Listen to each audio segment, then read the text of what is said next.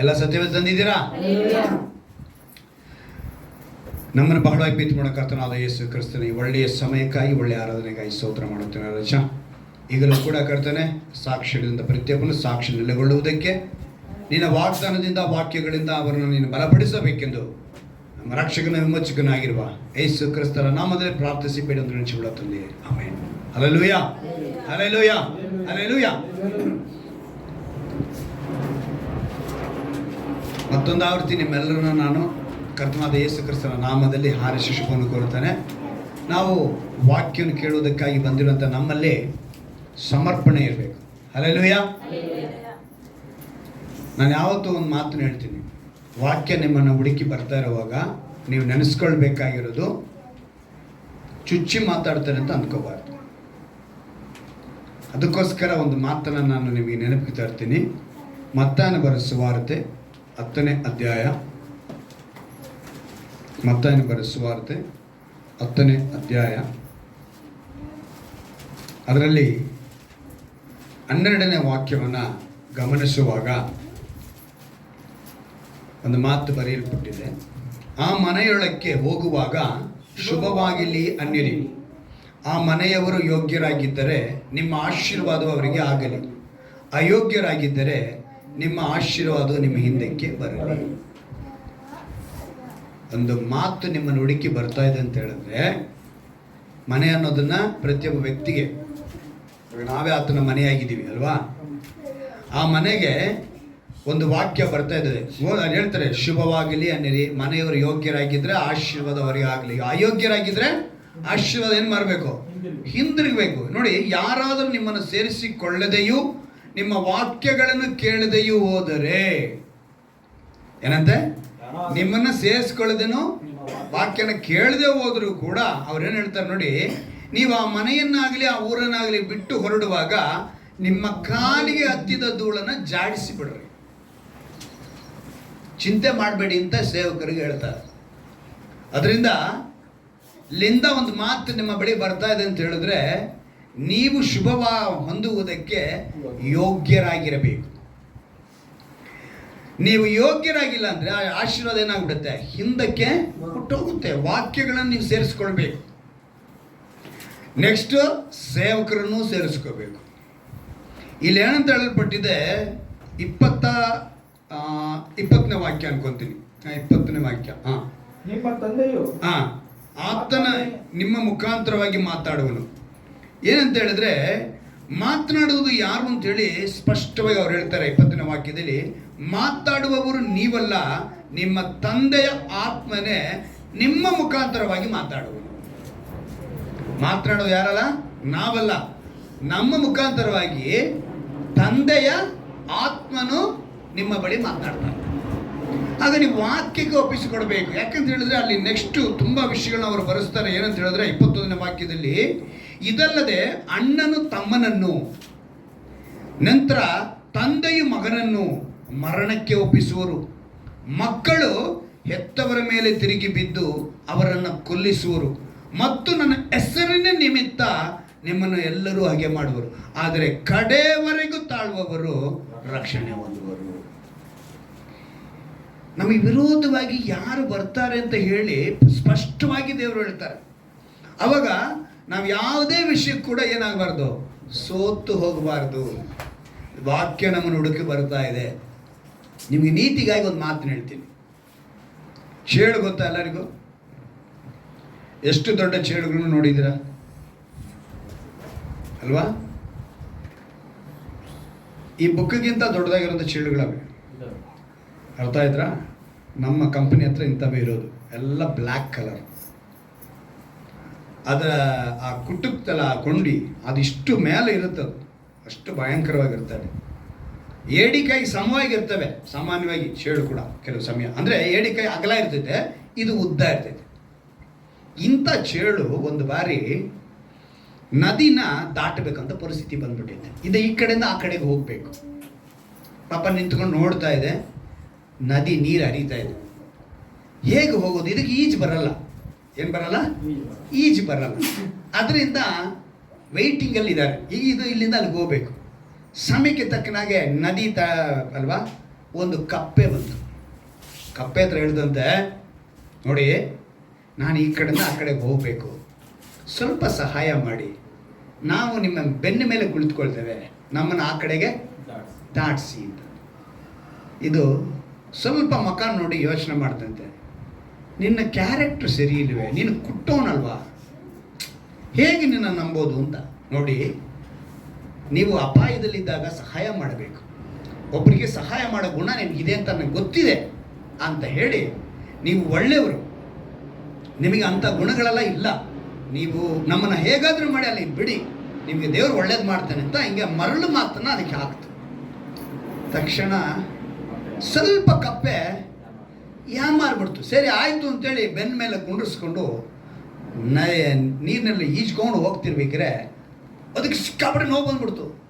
ಏನು ತಿರುಗಿ ನೋಡಿದ್ರೆ ಚೇಳು ತನ್ನ ಕೆಲಸನ ಮುಗಿಸ್ಬಿಡ್ತು.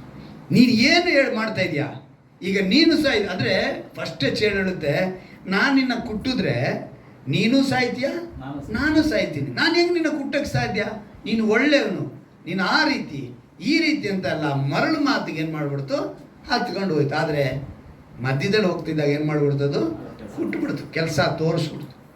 ಕಪ್ಪೆ ಹೇಳ್ತು, ನಿನ್ನ ಬುದ್ಧಿನ ತೋರಿಸ್ಬಿಟ್ಟಲ್ಲ, ಅದಕ್ಕೆ ಹೇಳ್ತು, ಇದು ನಮ್ಮ ಸ್ವಭಾವಮ್ಮ, ನಮ್ಮ ಗುಣ ಬದಲಾಗಕ್ಕೆ ಸಾಧ್ಯ, ನಮ್ಮ ಕೊಂಡಿರೋದೇ ಕುಟ್ಟಕ್ಕೆ, ಏನಂತೆ ಕುಟ್ಟಕ್ಕೆ ಅಂತ. ಇವತ್ತು ಸಮಾಜದಲ್ಲಿ ಇಂಥ ಸ್ವಭಾವಗಳಿರೋರು ಇದ್ದೇ ಇರ್ತಾರೆ. ಅವ್ರ ಸ್ವಭಾವ ಎಂಥದ್ದು, ಕುಟ್ಟೋದೇ. ನಾವೇನಾಗಬಾರ್ದು, ಬೆಳ್ಳಿಗಿರೋದೆಲ್ಲ ಹಾಲು ಅಂತ ನಂಬಬಾರ್ದು, ಎಕ್ಕದ ಹಾಲು ಕೂಡ ಅಲ್ವಾ, ಅವಾಗ ಎಷ್ಟು ಕೇರ್ಫುಲ್ ಆಗಿರಬೇಕು. ಅದರಿಂದ ಸಮಾಜದಲ್ಲಿ ನಿಮಗೆ ಕಿವಿಗೆ ಬೀಳುವಂಥ ಮಾತುಗಳನ್ನೆಲ್ಲ ಕೇಳುವಾಗ ಅದು ಮರಳು ಮಾತಾ, ಮೋಡಿ ಮಾತಾ, ಯಾವ ಮಾತಿದೆ, ಈ ದಾರಿ ತಪ್ಪಿಸುತ್ತಾ, ನಮ್ಮನ್ನು ದೇವ್ರ ಕಡೆಗೆ ತಿರುಗಿಸುತ್ತಾ, ಇದನ್ನು ನೀವು ತಿಳ್ಕೋಬೇಕು. ಅದನ್ನು ತಿಳ್ಕೊಂಡ್ರೆ ದೇವರ ರಾಜ್ಯಕ್ಕೆ ನಾವು ಹೋಗ್ತೀವಿ. ಈ ತಿಂಗಳು ಒಂದು ಅದ್ಭುತವಾದ ಒಂದು ವಾಗ್ದಾನವನ್ನು ದೇವರು ನಮ್ಗೆ ಕೊಟ್ಟರು. ಆದಿಕಾಂಡದಲ್ಲಿ 19ನೇ ಅಧ್ಯಾಯದಲ್ಲಿ 21ನೇ ವಾಕ್ಯ. ಆದಿಕಾಂಡ 19ನೇ ಅಧ್ಯಾಯ 21ನೇ ವಾಕ್ಯ. ಇವತ್ತು 2-3 ಪ್ರಶ್ನೆಗಳು ನಿಮ್ಮ ಬಳಿ ಬರುತ್ತೆ. ಯಾಕಂದ್ರೆ ಆದಿಕಾಂಡದಲ್ಲಿ ನಾವು ಕೇಳುವಾಗ ಅದನ್ನ ಈ ವಿಷಯದಲ್ಲಿಯೂ ಏನಂತ ಹೇಳ್ತಿದ್ದಾರೆ ದೇವರು, ಅದಕ್ಕಾತನು ಈ ವಿಷಯದಲ್ಲಿ, ಇದು ಬಹಳ ನೀವು ಗಮನದಲ್ಲಿ ಇಟ್ಕೋಬೇಕು, ಈ ವಿಷಯದಲ್ಲಿಯೂ ನಿನಗೆ ಅನುಗ್ರಹ ಮಾಡಿದ್ದೇನೆ, ನೋಡು. ಅಷ್ಟಿಗೆ ನೋಡು ಅಂತ ಹೇಳ್ತಿದ್ದಾರೆ. ಏನಂತ ಹೇಳ್ತಿದ್ದಾರೆ, ಅನುಗ್ರಹ ಮಾಡಿದ್ದೇನೆ ನೋಡು. ಈ ಅನುಗ್ರಹ ಮಾಡಿದ್ದೇನೆ ಅನ್ನೋದಕ್ಕೆ ಈ ವಿಷಯದಲ್ಲಿಯೂ ಅಂತ ಒಂದು ಪದ ಬಳಕೆ ಆಗಿದೆ. ಏನಾಗಿದೆ, ಈ ವಿಷಯ. ಈ ವಿಷಯ ಅಂತ ಹೇಳುವಾಗ ಅಲ್ಲಿಗೆ ಮುಂದೆನೆ ಬಹಳ ವಿಷಯಗಳು ನಡೆದಿದೆ ಅಂತ ಅರ್ಥ. ಏನು ನಡೆದಿದೆ, ಬಹಳ ವಿಷಯಗಳು ನಡೆದಿದೆ. ಬಹಳ ವಿಷಯಗಳು ನಡೆದಿರೋದ್ರಿಂದ ದೇವರು ಹೇಳ್ತಿದ್ದಾರೆ, ಈ ವಿಷಯದಲ್ಲಿಯೂ ನಿನಗೆ ನಾನೇನು ಮಾಡ್ತೀನಿ, ಕರುಣೆಯನ್ನು ತೋರಿಸ್ತೀನಿ. ಇನ್ನೊಂದು ಮುಖ್ಯವಾಗಿ ನಾವು ಗಮನಿಸಬೇಕಾಗಿರೋದು ಏನು ಅಂತ ಹೇಳಿದ್ರೆ, ಈ ವಿಷಯ ಅಂತ ಹೇಳುವಾಗ ಈ ಮಾತನ್ನು ಯಾರಿಗೆ ಹೇಳಿದ್ದು, ಎಷ್ಟು ಜನಕ್ಕೆ ಗೊತ್ತಿದೆ? ನಮ್ಮ ಮನೆಯವ್ರು ಬಿಟ್ಟು ಬೇರೆಯವ್ರು ಹೇಳ್ಬೇಕು. ಬೈಬಲ್ ಓದ್ತಿದ್ದೀರಾ ಇಲ್ಲ ಗೊತ್ತಾಗಬೇಕಲ್ಲ ನನಗೆ. ಈ ಮಾತನ್ನ ಯಾರಿಗೆ ದೇವರು ಹೇಳ್ತಾ ಇರೋದು?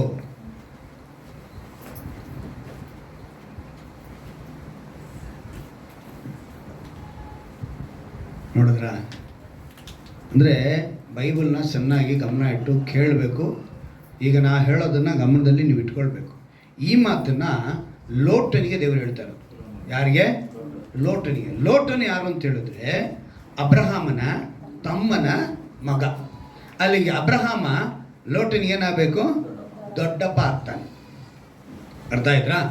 ಈಗ ಇಲ್ಲೊಂದು ದೊಡ್ಡ ಘಟನೆ ನಡೆದಿದೆ. ಆ ಘಟನೆಗೋಸ್ಕರ ಅವನು ದೇವರ ಹತ್ರ ಕೇಳ್ತಾ ಇದ್ದಾನೆ. ಅವನು ಕೇಳುವಂಥ ಪ್ರಶ್ನೆಗೆ ದೇವರು ಏನಂತ ಹೇಳ್ತಾರೆ, ಈ ವಿಷಯ ಅಂತ ಹೇಳ್ತಾರೆ. ಇವತ್ತು ನಿಮ್ಮನ್ನ ನೋಡಿ ದೇವರು ಅದೇ ಮಾತನ್ನು ಹೇಳ್ತಾ ಇದ್ದಾರೆ. ನೀವು ಇವಾಗ ಗಮನದಲ್ಲಿ ಇಟ್ಕೊಳ್ಳಿ. ನೀವು ಏನೇನು ಮನಸ್ಸಿನಲ್ಲಿ ಇಟ್ಕೊಂಡಿದ್ದೀರೋ, ಯಾವ್ಯಾವ ವಿಷಯಗಳನ್ನ ನೀವು ಇಟ್ಕೊಂಡಿದ್ದೀರೋ, ಇವತ್ತು ವಾಗ್ದಾನ ಮಾಡ್ತಿದ್ದಾರೆ ದೇವರು ನಿಮಗೆ, ಈ ವಿಷಯದಲ್ಲಿಯೂ ನಿನಗೆ ಅನುಗ್ರಹ ಮಾಡಿದ್ದೇನೆ ನೋಡು ಅಂತ ಹೇಳ್ತಿದ್ದಾರೆ. ಅಲ್ಲಲ್ಲಿಯ ವಾಗ್ದಾನವನ್ನು ನೀವು ಸ್ವತಂತ್ರಿಸಿಕೊಳ್ಳುವಾಗ ಒಂದು ಚೈತನ್ಯ, ಒಂದು ಬಲ ನಿಮ್ಮಲ್ಲಿ ತುಂಬಿಕೊಳ್ಬೇಕು. ನಿಮ್ಮ ಕೇಳುವಾಗಲೇ ಇದು ನನಗೆ ಸ್ವಂತ, ನಾನು ಇದನ್ನು ಪಡೆದುಕೊಂಡ್ಬಿಟ್ಟೆ ಅನ್ನೋ ನೆನಪು ನಿಮಗೆ ಬಂದುಬಿಡಬೇಕು. ಇವತ್ತು ಯಾವ ಯಾವ ವಿಷಯಗಳಲ್ಲಿ ಅನೇಕ ರೂಪ ಇದೆ. ಇವಾಗ ಲೋಟನಿಗೆ ದೇವರು ಹೇಳ್ತಿರೋದಂಥ ಮಾತು ಆ ದೂತನಿಂದ ಹೇಳಿಸ್ತಿದ್ದಾರೆ, ಅದಕ್ಕಾತನು ಈ ವಿಷಯದಲ್ಲಿಯೂ ಅಂತ ಹೇಳಿದ್ರೆ ಅಂದ್ರೆ ಅದು ಮುಂದಾಗಿ ಅನೇಕ ವಿಷಯಗಳನ್ನ ಮಾಡಿದ್ದಾರೆ. ಇವತ್ತು ನಿಮಗೂ ಅಷ್ಟೇ ಎಷ್ಟೋ ವಿಷಯಗಳನ್ನ ಅದ್ಭುತ ಮಾಡಿದ್ದಾರೆ ಇಲ್ವೋ? ಅಲ್ಲೇರಿ ಅಂತೇಳಿ ನಿಮಗೆ ವಿಷಯಗಳನ್ನ ಮಾಡಿರೋವಾಗ ಮತ್ತೆ ನೀವು ಕೇಳ್ತಾ ಇದ್ದೀರಾ. ನಮಗೆ ಭಾನುವಾರ ಆದರೆ ಏನೋ, ಭಾನುವಾರ ಆದರೆ ದೇವರ ಪಾದಕ್ಕೆ ಹೋಗಿ ಏನಾದ್ರೂ ಕೇಳಬೇಕು ಅಂತಲೇ ಬರೋದು, ಕೊಡಬೇಕು ಅನ್ನೋ ನಮಗೆ ಉದ್ದೇಶ ಇಲ್ಲ. ದೇವರಿಗೆ ನಮ್ಮನ್ನು ಕೊಡಬೇಕು ಅನ್ನೋ ಉದ್ದೇಶಕ್ಕಿಂತ ದೇವರ ಹತ್ರ ಏನಾದ್ರು ಕೇಳಿ ಪಡ್ಕೋಬೇಕು ಅನ್ನೋ ಉದ್ದೇಶದಲ್ಲೇ ಪ್ರತಿಯೊಬ್ಬ ವಿಶ್ವಾಸಿ ಬದುಕ್ತಾ ಇರೋದು. ಅವನ ಬದುಕು ಸಾಗ್ತಾ ಇರೋದೇ ಹಾಗೆ. ಈಗ ನಾವು ಬಂದಿರೋದ ನಾವೆಲ್ಲ ಏನು ಮಾಡ್ತೀವಿ, ಏನೋ ಒಂದು ವಿಷಯನ ಇಟ್ಕೊಂಡ್ಬರ್ತೀವಿ, ಅದು ಹಲವಾರು ವಿಷಯಗಳನ್ನ ಇಟ್ಕೊಂಡ್ಬಂದಿರ್ಬೋದು. ಬಹಳಷ್ಟು ವಿಷಯಗಳು ನಮ್ಮಲ್ಲಿ ಇರ್ತವೆ ಅಲ್ವಾ? ಈ ಎಲ್ಲ ವಿಷಯಗಳನ್ನ ದೇವರು ಕೇಳ್ತಾನೆ ಇದ್ದಾರೆ. ಈಗ ಕೊನೆಯದಾಗಿ ಯಾವುದೋ ಒಂದು ಮುಖ್ಯವಾದ ವಿಷಯ ಇರುತ್ತೆ, ಇವತ್ತು ಅದನ್ನು ಕೇಳ್ತಾರೆ, ಈ ವಿಷಯಕ್ಕೂ ನಿನಗೇನು ಮಾಡ್ತಾ ಇದ್ದೀನಿ, ಅನುಗ್ರಹ ಮಾಡಿದ್ದೇನೆ, ಮಾಡ್ತೀನಿ ಅಲ್ಲ, ಅರ್ಥ ತಿಳ್ಕೋಬೇಕು. ಏನಾಯ್ತು? ಮಾಡಿದ್ದೇನೆ ಅಂತ ಹೇಳಿದ್ರೇನು? ಕೊಟ್ಟಾಯ್ತು ಅಂತ ಅರ್ಥ. ನೋಡೋದನ್ನ ನೋಡು, ನಾನು ನೀನು ಮಾಡಿದ್ದೀನಿ, ಈ ವಿಷಯದಲ್ಲಿ ನಾನು ಅನುಗ್ರಹ ಮಾಡಿದ್ದೀನಿ. ಎಂಥ ಒಂದು ಅದ್ಭುತವಾದ ಮಾತನ್ನ ಈ ವಾಗ್ದಾನ ಯಾರು ಯಾವಾಗ ಹೇಳಿದ್ರು ಅಂತೇಳಿ ಗಮನದಲ್ಲಿ ಇಟ್ಟು ಕೇಳ್ಬೇಕು ನೀವು. ಇವಾಗ ಅದಕ್ಕಾತನು ಅಂದ್ರಲ್ಲ, ಆತನು ಅಂದ್ರೆ ಯಾರು? ಯೆಹೋವ ದೇವರು. ಯಾಕಂದ್ರೆ ಹಳೆ ಒಡಂಬಡಿಕೆಯಲ್ಲಿ ಅವರೆಲ್ಲ ಕರೆಯಲ್ಪಟ್ಟದ್ದು ಯೆಹೋವ ಅಂತಾನೆ ಕರೀತಾರೆ. ಯೆಹೋವನ ಮಾತು ಅಂದ್ರೆ, ಯೆಹೋವನು ಅಂದ್ರೆ ಯಾರಂತ ನಾವು ತಿಳ್ಕೋಬೇಕಲ್ವಾ? ಇವತ್ತಿನ ಪ್ರಶ್ನೆ ಅನೇಕರಲ್ಲಿ ಇದೇ ರೀತಿಯೇ, ತಂದೆ ಮಗ ಪವಿತ್ರಾತ್ಮನ ವಿಷಯದಲ್ಲಿ ಬಹಳ ಗೊಂದಲಗಳಿಂದ ಹಂಗೇ ಹೋಗ್ತಾನೆ ಇದೆ. ಇನ್ನು ಈ 3 ವಿಷಯನ, ತಂದೆ ಮಗ ಪವಿತ್ರಾತ್ಮ, ಇದೇ ಅಪೊಸ್ತಲರ ಉಪದೇಶ ಅನ್ನೋದನ್ನ ಕೆಲವರು ಬದಲಿಸಿ ಬೇರೆ ಹೇಳ್ತಿದ್ದಾರೆ. ಅದರಿಂದನೇ ಇಲ್ಲಿ ಯೆಹೋವನು ಅಂದ್ರೆ ಯೇಸುವಿನ ಮಾತು ಅಂತೇಳಿ ನಾವು ತಿಳ್ಕೋಬೇಕು. ಹೇಗೆ? ಯೋಹಾನ ಬರೆದ ಸುವಾರ್ತೆ 17ನೇ ಅಧ್ಯಾಯದಲ್ಲಿ 11ನೇ ವಾಕ್ಯ 12ನೇ ವಾಕ್ಯನ ನೀವು ಗಮನಿಸುವಾಗ, ಯೋಹಾನ ಬರೆದ ಸುವಾರ್ತೆ 17ನೇ ಅಧ್ಯಾಯ ಅದರಲ್ಲಿ 11, 12ನೇ ವಾಕ್ಯ. ಯಾಕಂದ್ರೆ ಈ ಮಾತನ್ನ, ಅದಕ್ಕಾತನು ಈ ವಿಷಯದಲ್ಲಿಯೂ ನಿನಗೆ ಅನುಗ್ರಹ ಮಾಡಿದ್ದೇನೆ ಅಂತ ಅಂದು ಯೆಹೋವನೇ ಹೇಳಿದ್ದು. ಆ ಯೆಹೋವನಿಗೆ ಹೇಳಿದ್ರೆ ಆ ಮಾತು ಯಾರ ಮಾತು ಅಂತೇಳಿ ಹೊಸ ಒಡಂಬಡಿಕೆ ನಮ್ಗೆ ಗೊತ್ತಾಗುತ್ತೆ. ಹೇಗೆ ಗೊತ್ತಾಗುತ್ತೆ?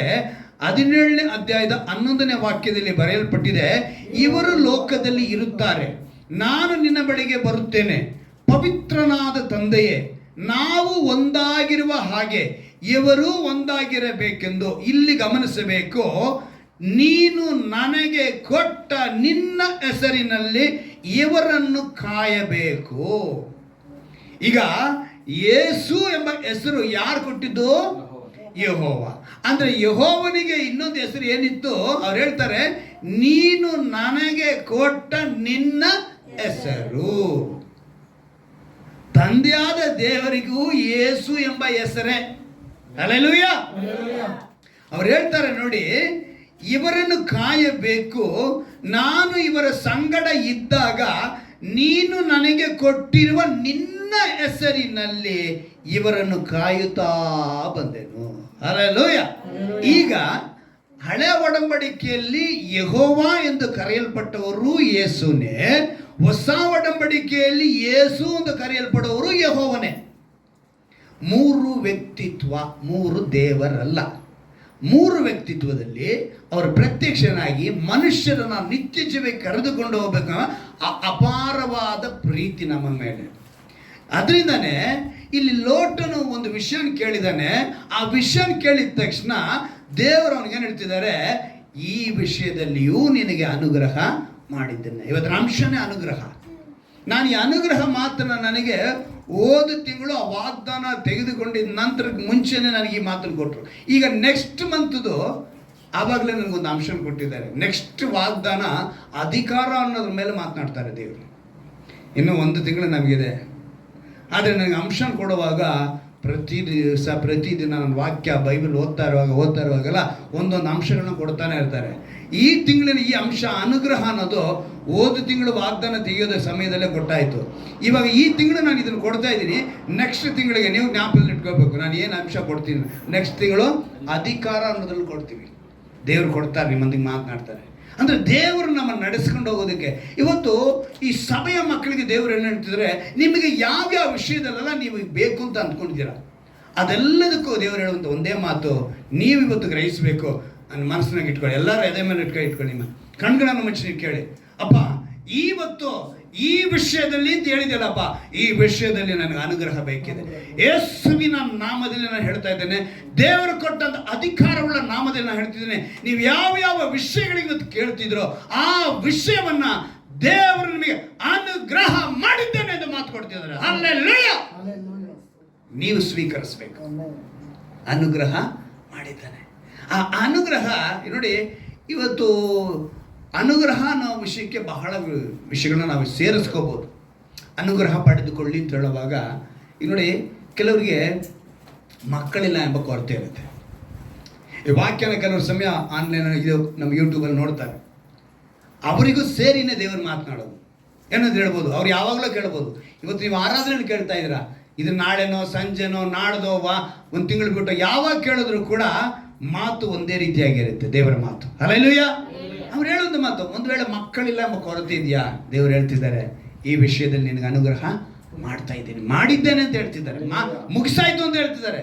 ಇನ್ನೊಬ್ಬರಿಗೆ ನೋಡಿ, ಕೆಲವರಿಗೆಲ್ಲ ಒಂದು ಗಂಡ ಅನ್ನೋ ಹೆಂಡತಿ ಅನ್ನೋ ಅಲ್ಲಿ ಒಂದು ಏನೋ ಒಂದು ತೊಂದರೆ, ಅಲ್ಲಿ ಸಮಾಧಾನ ಇಲ್ಲ.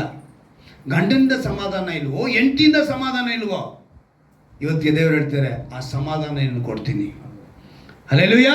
ದೇವರು ಹೇಳ್ತಾರೆ ಆ ಸಮಾಧಾನ ನಿನಗೆ ಕೊಡ್ತೀನಿ.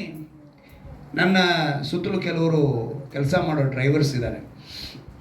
ಅಲ್ಲೇ ಒಬ್ಬನಿಗೆ ಹೆಂಡತಿ ಹಿಂಸೆ, ಏನೋ ಹೆಂಡತಿಯಿಂದ ಹಿಂಸೆ. ಅವನು ಫೋನ್ ಮಾಡಿ ಹೇಳ್ತಾಳೆ, ನಿನ್ನ ಮಗ ನಂಗೆ ತುಂಬ ಕಾಟ ಕೊಡ್ತಿದ್ದಾನೆ. ನಿನ್ನ ಮಗ ಎಷ್ಟು, ಇನ್ನು 1.5 ತಿಂಗಳ ಮಗು ಹುಟ್ಟಿ. ಇಬ್ಬರು ಲವ್ ಮ್ಯಾರೇಜ್. ಅವರು ಏನಕ್ಕೆ ಹೇಳ್ತೀನಿ ಅಂತೇಳಿ, ಲವ್ ಮ್ಯಾರೇಜ್ ಆಗಿರೋದ್ರಿಂದ ಇವರಿಗೆ 2 ಕಡೆನೂ ಸಪೋರ್ಟಿಂಗ್ ಸರಿಯಾಗಿಲ್ಲ. ಅದರಿಂದ ಮಗುನೆಲ್ಲ ಅವಳೇ ನೋಡ್ಕೋಬೇಕು. ಅವನ ಪಾಪ ದುಡಿಯಕ್ಕೆ ಬರಬೇಕಲ್ಲ, 12 ಅವರ್ ಕೆಲಸ ಮಾಡತ್ತೇನೆ, ಅವಳಿಗೂ ಮಗುಗೆ ನೋಡ್ಕೊಳ್ಳೋಕೆ ಸಾಧ್ಯ. ಅವ್ನು ದುಡಿ ಮೇಲೆ ಇದ್ದರೆ ಕೂಡ ನಿನ್ನ ಮಗ ಕಾಟ ಕೊಡ್ತಾ ಇದ್ದಾನೆ, ಬೇಗ ಮನೆಗೆ ಬಾ ಅಂತ ಫೋನ್ ಮಾಡಿ ತಲೆ ತಿಂತಾಳೆ. ಇನ್ನೊಬ್ಬನು, ಅವನು ಮದುವೆ ಆಗಿ 3 ವರ್ಷ ಆಗೋಯ್ತು, ಮಕ್ಕಳೇ ಆಗಿಲ್ಲ. ಅವಳು ಫೋನ್ ಮಾಡಿ ಇವನ ಹತ್ರ ಮಾತನಾಡ್ತಾನೆ ಇರ್ತಾಳೆ. ಅವನಿಗೆ ಆ ಚಿಂತೆ, ಮಕ್ಕಳೇ ಆಗಿಲ್ಲ ಅನ್ನೋ ಚಿಂತೆ. ಇನ್ನಿಬ್ಬರಿದ್ದಾರೆ, ಹೆಂಡತಿ ಮಕ್ಕಳು ಇವನ್ನ ಬಿಟ್ಟು ಹೋಗ್ಬಿಟ್ಟಿದ್ದಾರೆ. ಕಾರಣ ಏನು? ಕುಡಿಕೆ ಚಟ. ಆದರೆ ಕಂಪನಿಗೆ ಬಂದಾಗ ಒಬ್ಬನು CO ಡ್ರೈವರು, ಇನ್ನೊಬ್ಬನು 7-8 ವರ್ಷದಿಂದ ಡ್ರೈವರು ಅದೇ ಕಂಪ್ನಿಯಲ್ಲಿ. ಎಲ್ಲ ಹೆಸರುಗಳು ಹೇಳಿದ್ರೆ ಯಾಕಂದ್ರೆ ಅವ್ರ ಮೆಸೇಜ್ ಕೇಳ್ತಾರೆ ನನ್ನ ಮೆಸೇಜ್ನ. ಆಯ್ತಾ? ಏನಕ್ಕೆ ಹೇಳ್ತೀನಿ ಅಂದರೆ, ಸಮಸ್ಯೆ ಅನ್ನೋದು ಇವತ್ತು ಅಂಥವ್ರಿಗೆ ಎಲ್ರಿಗೂ ದೇವರು ಹೇಳುವಂಥದ್ದು, ಇವತ್ತು ಈ ವಿಷಯದಲ್ಲಿ ನಿಮಗೆ ಅನುಗ್ರಹ ಮಾಡಿದ್ದೀನಿ. ಆ ಸಮಾಧಾನವನ್ನು ಕೆಲವರಿಗೆ ಮಕ್ಕಳಿಂದ, ಕೆಲವರಿಗೆ ಹೆತ್ತವರಿಂದ, ಕೆಲವರಿಗೆ ಗಂಡದಿಂದ, ಕೆಲವರಿಗೆ ಹೆಂಡತಿಯಿಂದ, ಕೆಲವರಿಗೆ ಕೆಲಸದಲ್ಲಿ ಯಜಮಾನರಿಂದ, ಕೆಲಸದಲ್ಲಿ ಅನೇಕ ಒತ್ತಡಗಳು, ಅನೇಕ ವಿಧವಾದ ಸಮಸ್ಯೆಗಳು. ಆದರೆ ಅಂಥವರೆಲ್ಲರಿಗೂ ದೇವರು ಹೇಳುವಂಥ ಮಾತು, ಇವತ್ತು ನಿಮ್ಗೆ ನಾನು ಅನುಗ್ರಹ ಮಾಡ್ತಾ ಇದ್ದೀನಿ. ಆ ಅನುಗ್ರಹನ ಪದನ ನಾವು ಗ್ರಹಿಸ್ಕೊಂಡ್ಬಿಟ್ರೆ ತುಂಬ ಆಶೀರ್ವಾದ. ಈ ಲೋಕದಲ್ಲಿ ಅನೇಕ ವಿಧವಾದ ಸಮಾಧಾನಗಳು, ಕೊರತೆಗಳಿವೆಲ್ಲ. ನಾನು ಹೇಳಿದ್ದು 4 ನಿಮ್ಗೆ ಹೇಳಿದ್ದು, ಸಮಾಧಾನದ ಕೊರತೆನಲ್ಲಿದ್ದೀವಿ ನಾವು. ಆ ಸಮಾಧಾನ ನಮ್ಮನ್ನು ಆಳ್ವಿಕೆ ಮಾಡೋ. ಅದಕ್ಕೇನೆ ಯೇಸು ಭೂಮಿ ಮೇಲೆ ಹುಟ್ಟಿದ ತಕ್ಷಣ ಭೂಲೋಕದಲ್ಲಿ ಏನಾಗಬೇಕು ಅಂತ ಹೇಳಿದ್ರು, ಮೇಲಿನ ಲೋಕದಲ್ಲಿ ಏನಾಗಬೇಕಂದ್ರು ಮಹಿಮೆ. ದೇವರು ಎಷ್ಟು ಚೆನ್ನಾಗಿ ಒಂದು ಪ್ಲಾನಿಂಗ್ ಇದೆ ನೋಡಿ. ಅವ್ರಿಗೆ ಗೊತ್ತಾಗಿದೆ ಈ ಮನುಷ್ಯರಲ್ಲಿ ಏನಿಲ್ಲ, ಸಮಾಧಾನ ಇರಲ್ಲ. ಅದಕ್ಕೇನೆ ಅವ್ರು ಹುಟ್ಟಿದಾಗ ಮನುಷ್ಯನಿಗೆ ಏನಾಗಬೇಕು, ಸಮಾಧಾನ. ಮೇಲಿನ ಲೋಕದಲ್ಲಿ ಮಹಿಮೆ. ಇಲ್ಲಿ ಸಮಾಧಾನ ಉಂಟಾದ್ರೆ ಅಲ್ಲಿ ಮಹಿಮೆ ಉಂಟಾಗುತ್ತೆ. ಇಲ್ಲಿ ಸಮಾಧಾನ ಇಲ್ಲ ಅಂದ್ರೆ ಅಲ್ಲಿ ಮಹಿಮೆ ಆಗಲ್ಲ.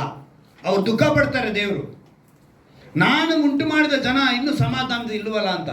ಅವರು ಅದಕ್ಕಾಗಿ ಇನ್ನೂ ಪರಿತಪ್ಪಿಸುವ ದೇವರಾಗಿದ್ದಾರೆ. ಇನ್ನೂ ನಮಗೋಸ್ಕರ ಮಹಾಯಾಜಕನಾಗಿ ದೇವರ ಬಳಿ ಮೊರೆನೇ ಇಡ್ತಾನೇ ಇದ್ದಾರೆ, ಹೇಳ್ತಾನೇ ಇದ್ದಾರೆ.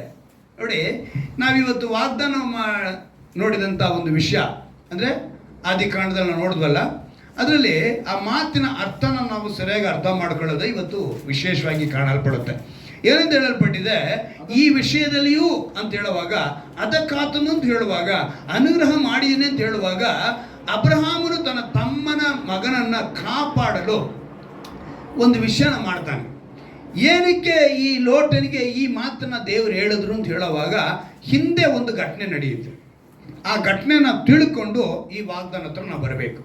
ಏನು ಅಂತ ಹೇಳಿದ್ರೆ, ತನ್ನ ತಮ್ಮನನ್ನು ಕಾಪಾಡಬೇಕು ಅಂತ ಅಬ್ರಹಾಮನ ಬೇಲಾಡ್ತಾನೆ. ಅದು ನಮ್ಗೆಲ್ಲರಿಗೂ ಗೊತ್ತಿರೋಂಥ ವಿಷಯ. ಅವನೇನು ಕೇಳ್ತಾನೆ, 50 ಇದ್ರೆ ಸಾಕ ಅಂತಾನೆ, ಆಮೇಲೆ 40 ಇದ್ರೆ ಸಾಕ ಅಂದ, ಆಮೇಲೆ 45 ಅಂತ ಬಂದ. ಹಾಗೆ ಅವನು 40, 30, 20 ಅಂತೇಳಿ 10ಗೆ ಬಂದ. ಅಲ್ಲಿಗೆ 10 ಇರಲಿಲ್ಲ ಅಂತೇಳಿ ನಮಗೆ ಗೊತ್ತಿರೋ ವಿಷಯ. ಅವನೇನು ಮಾಡ್ತಾನೆ, ಕೊನೆಗೆ 10 ಜನ ಇರಲಿಲ್ಲ. ದೇವರು ಪ್ರತಿಯೊಬ್ಬರಿಗೆ ಕರುಣೆ ತೋರಿಸ್ಬೇಕು, ದಯೆ ತೋರಿಸ್ಬೇಕು ಅಂತ ಅವರು ಅವಕಾಶ ನೋಡ್ತಿರ್ತಾರೆ. ನೀವು ಕೂಡ ದೇವರು ನಮಗೆ ಸಹಾಯ ಮಾಡಬೇಕು ಅಂತ ಆ ಅವಕಾಶ ನೀವು ಏನು ಮಾಡಬೇಕು, ಪ್ರಯೋಜನ ಪಡಿಸ್ಕೊಳ್ಬೇಕು. ನಾವು ಬದಲಾಗಬೇಕು. ದೇವರು ನಮಗೆ ಸಹಾಯ ಮಾಡೋಕ್ಕೆ ಬರ್ತಾ ಇದ್ದಾರೆ, ಕೃಪೆ ತೋರ್ಸಕ್ಕೆ ಬರ್ತಾ ಇದ್ದಾರೆ, ಕರುಣೆ ತೋರ್ಸಕ್ಕೆ ಬರ್ತಾ ಇದ್ದಾರೆ, ಆ ಅವಕಾಶ ಕೊಡ್ತಾ ಇದ್ದಾರೆ. ನಾವೇನು ಮಾಡಬೇಕು, ಬದಲಾಗಿರಬೇಕು. ಈಗ ಈ ಲೋಟನ್ ಏನು ಮಾಡ್ತಾನೆ, ಈ 19ನೇ ಅಧ್ಯಾಯದಲ್ಲಿ 12ನೇ ವಾಕ್ಯದಲ್ಲಿ ಒಂದು ಗಮನಿಸಿ. ಆಗ ಆ ದೂತನು ಲೋಟನಿಗೆ ಏನಂತೆ, ಲೋಟನಿಗೆ, ಇಲ್ಲಿ ನಿನಗೆ ಇನ್ನಾರಿದ್ದಾರೆ, ಅಳಿಯಂದಿರನ್ನು, ಗಂಡು ಹೆಣ್ಣು ಮಕ್ಕಳನ್ನು, ಪಟ್ಟಣದಲ್ಲಿ ನಿಲ್ಲುವ ಬೇರೆ ಎಲ್ಲರನ್ನೂ ಊರವರಕ್ಕೆ ಕರೆದುಕೊಂಡು ಬಾ. ಅಂದರೆ ದೇವರು ಸೊದೋಮ ಗೊಮೋರ ಪಟ್ಟಣವನ್ನು ನಾಶ ಮಾಡ್ತೀನಿ ಅಂತ ಹೇಳಿದ ತಕ್ಷಣ, ಈ ನಾಶನವನ್ನು ನಾನು ನನ್ನ ಭಕ್ತನು ನೀತಿವಂತನೂ ಆದ ಅಬ್ರಹಾಮನಿಗೆ ನಾನು ಮರೆ ಮಾಡೋದಿಲ್ಲ ಅಂತ ಹೇಳಿ ಅವನ ಹತ್ರ ಹೇಳ್ತಾರೆ. ಅವನ ಹತ್ರ ಹೇಳ್ದಾಗಲೇ ಅವನು ಹೇಳ್ತಾನೆ, ಒಂದು 50, 40 ಅಂತ ಬೇಲಾಡ್ಕೊಂಡು ಬಂದ. ಅವನೇನು ಮಾಡ್ದ, ಬೇಲಾಡ್ತಾನೆ ದೇವರ ಹತ್ರ. ಬೇಲಾಡಿ ಕೊನೆಗೆ ಅಲ್ಲಿಗೆ ಬಂದ. ಅಲ್ಲಿಗೆ ಬಂದ ಮೇಲೆ ಅವನೇನು ಮಾಡ್ತಾನೆ, ಅವರಿಗೆ ಆ ಥರ ಕೇಳೋದಕ್ಕೆ ಮಾತು ಏನು ಅಂತ ಹೇಳಿದ್ರೆ, ಸೊದೋಮ ಗೊಮೋರ ಪಾಪದಲ್ಲಿ ತುಂಬಲ್ಪಟ್ಟಿತ್ತು, ಅಲ್ಲಿದ್ದಂಥ ಜನ ಮೊರೆ ಇಡ್ತಾರೆ, ಇದು ಪಾಪ ತುಂಬಿದೆ ಅಂತ. ಆಗ ದೇವರು ಸೊದೋಮ ಗೊಮೋರವನ್ನು ಏನು ಮಾಡಬೇಕು, ಅಳಿಸ್ಬೇಕು. ಈಗ ಸೊದೋಮ ಗೊಮೋರ ಅಳಿಸೋದಕ್ಕೂ ಲೋಟನು ಈ ವಿಷಯ ಮಾತಾಡೋಕೆ ಏನು ಕಾರಣ ಅಂತ ಹೇಳಿದ್ರೆ, ಈ ಲೋಟನಿಗೆ ಒಂದು ಘಟನೆ ನಡೀತು. ಅಂದರೆ ಅಬ್ರಹಾಮನಿಗೂ ಲೋಟನಿಗಿರುವಂಥ ದನ ಇದೆಯಲ್ಲ, ಇವನ ಆಳುಗಳಿಗೂ ಅವನ ಆಳುಗಳಿಗೆ ಏನಾಗೋಯ್ತು, ಜಗಳ ಬಂದ್ಬಿಡ್ತು. ಇವರ ಹತ್ರ ಕೂಡ 318 ಆಳುಗಳಿದ್ರು. ಯಾರ ಹತ್ರ, ಅಬ್ರಹಾಮನ ಹತ್ರ. ಇವನೇನು ಮಾಡ್ದ, ಇವರ ಕಡೆನೂ ಲೋಟನ ಕಡೆನೂ ದನ ಕರು ಕಾಯಿಸೋರು, ಒಂಟೆ ಮೇಯಿಸೋರೆಲ್ಲ. ಇವರಿಬ್ಬರಿಗೂ ಜಗಳ ಬಂದಿದ್ದ ತಕ್ಷಣ ಅವ್ರು ಹೇಳ್ತಾರೆ, ಸರಿ ನೀನು ಬೇರೆ ಕಡೆ ನೋಡ್ಕೊಂಡು ನಾನು ಬೇರೆ ಕಡೆ. ಆಗ ಇವನೇನು ಮಾಡ್ತಾನೆ, ಅಧ್ಯಾಯದಲ್ಲಿ ನಾವು ಗಮನಿಸ್ತೀವಿ ಮೇಲೆ ನೋಡಿ 14ನೇ ವಾಕ್ಯ. ಆಗ ಲೋಟನು ಹೊರಕ್ಕೆ ಹೋಗೋದಕ್ಕೆ ಮುಂಚೆ, ಅಂದರೆ ಅವನೊಂದು ಒಳ್ಳೆ ಇದನ್ನು ನೋಡ್ತಾನೆ, ಸಿಚುವೇಶನ್ ನೋಡ್ತಾನೆ. ಅಲ್ಲಿ ಏನು ನೋಡ್ತಾನೆ ಅಂತ ಹೇಳಿದ್ರೆ, ಸುತ್ತಲೂ ನೋಡ್ತಾನೆ, ಯೋರ್ದಾನ್ ಹೊಳೆಯ ಹರಿಯುತ್ತಿರುವಂಥ ಆ ಒಂದು ಹಚ್ಚ ಹಸಿರನ್ನು ನೋಡುತ್ತಾನೆ.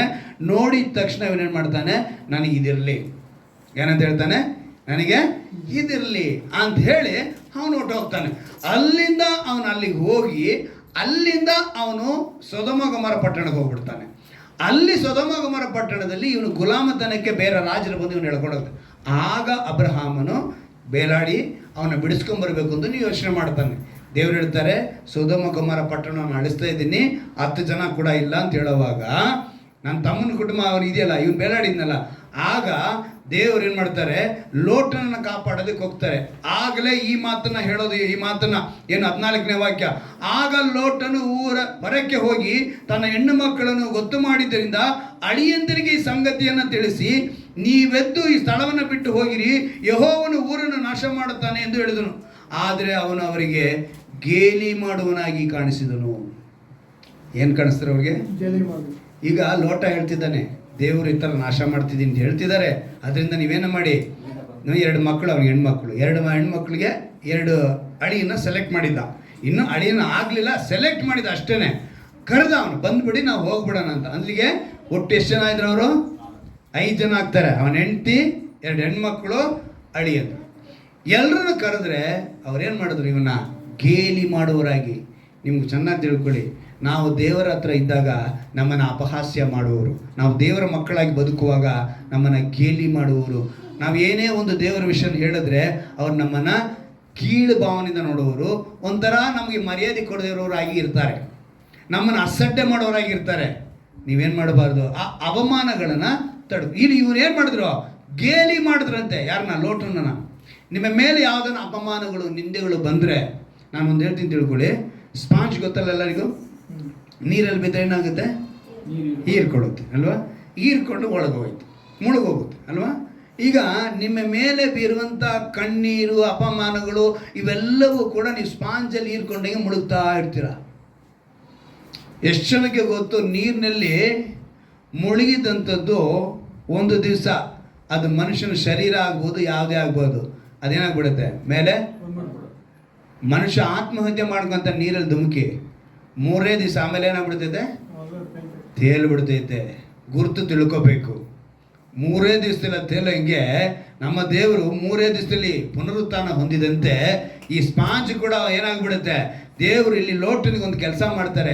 ಏನಂತ ಮಾಡ್ತಾರೆ ನೋಡಿ, 16ನೇ ವಾಕ್ಯದಲ್ಲಿ ನೋಡಿ, ಯೆಹೋವನು ಅವನನ್ನು ಕನಿಕರಿಸಿದ್ದರಿಂದ ಆ ಮನುಷ್ಯರು ಅವನನ್ನು ಅವನ ಹೆಂಡತಿ ಮಕ್ಕಳನ್ನು ಕೈ ಹಿಡಿದು ಹೊರಗೆ ತಂದು ಊರಾಚೆಗೆ ಬಿಟ್ಟರು. ಹಲ್ಲೆಲೂಯಾ. ನೀವು ಮುಳುಗ್ತಾ ಇದ್ದೀರಾ ಅಂತ ನೀವು ಯೋಚನೆ ಮಾಡ್ತಾ ಇರ್ತೀರಾ, ಅಪಮಾನಗಳಿಂದ ಮುಳುಗ್ತಾ ಇದ್ದೀನಿ ಯೋಚನೆ ಮಾಡ್ತೀರಾ. ಆದ್ರೆ ದೇವರು ಏನ್ ಮಾಡ್ತಾರೆ, ಕೈ ಹಿಡಿದು ಎಳ್ಕೊಂಡ್ ಬರ್ತಾರೆ ಹೊರಗೆ. ಏನ್ ಮಾಡ್ತಾರೆ ಅವರು? ಕೈ ಹಿಡಿದು ಎಳ್ಕೊಂಬಂದು ಹೊರಗೆ ಬಿಟ್ಬಿಡ್ತಾರೆ. ಎಲ್ಲಿಂದ? ಅಪಮಾನಗಳಿಂದ, ನಿಂದೆಗಳಿಂದ, ಸಮಸ್ಯೆಗಳಿಂದ, ಹೋರಾಟಗಳಿಂದ, ಶೋಧನೆಗಳಿಂದ ದೇವರೇನ್ ಮಾಡ್ತಾರೆ, ನಮ್ಮನ್ನ ಹೊರಗೆ ಎಳ್ಕೊಂಡ್ ಬರ್ತಾರೆ.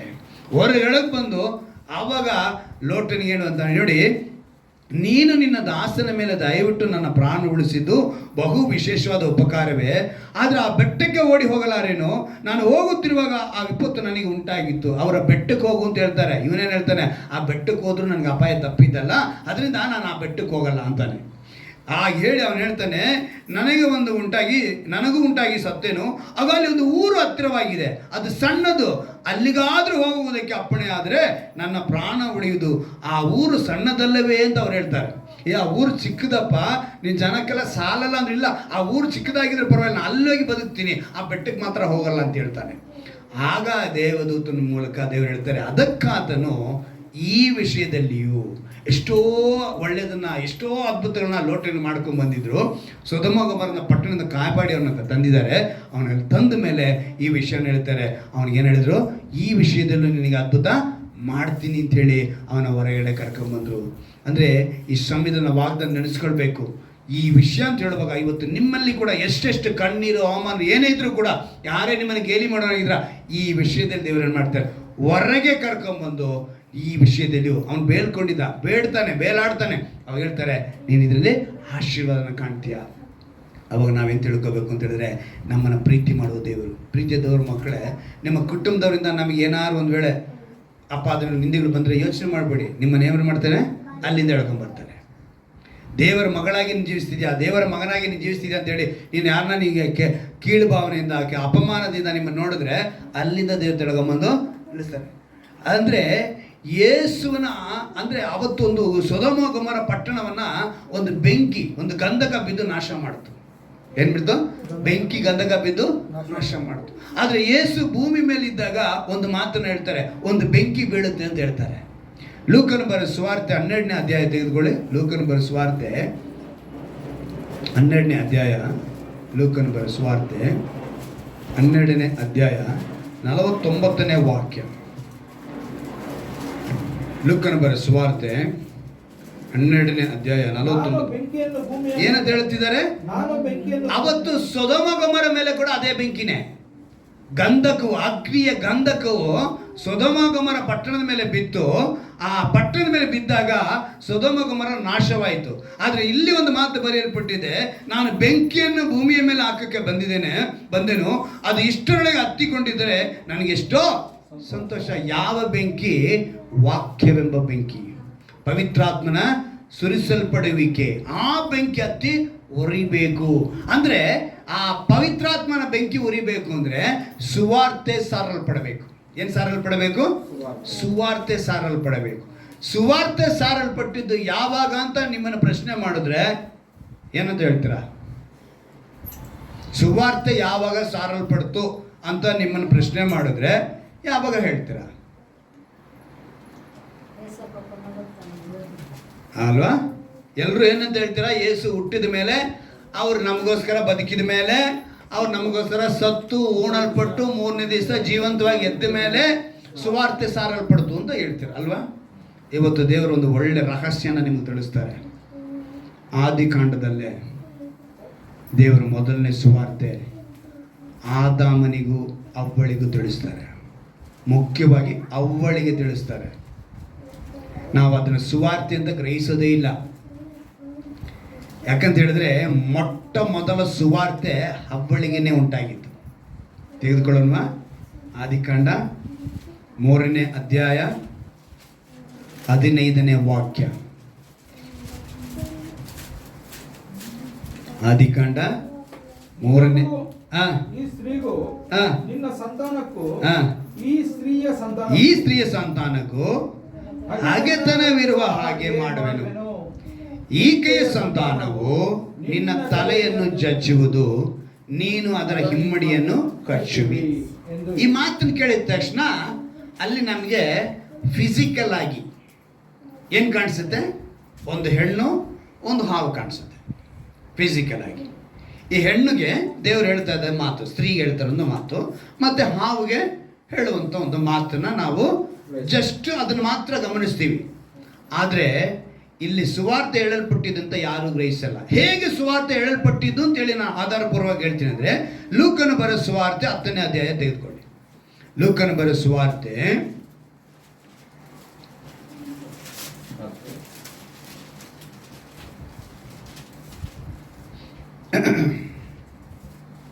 ತೆಗೆದುಕೊಳ್ಳಿ. 12ನೇ ಅಧ್ಯಾಯ 49ನೇ ವಾಕ್ಯ ಓದಿದ್ರಲ್ಲ, ಅಂದರೆ 10ನೇ ಅಧ್ಯಾಯ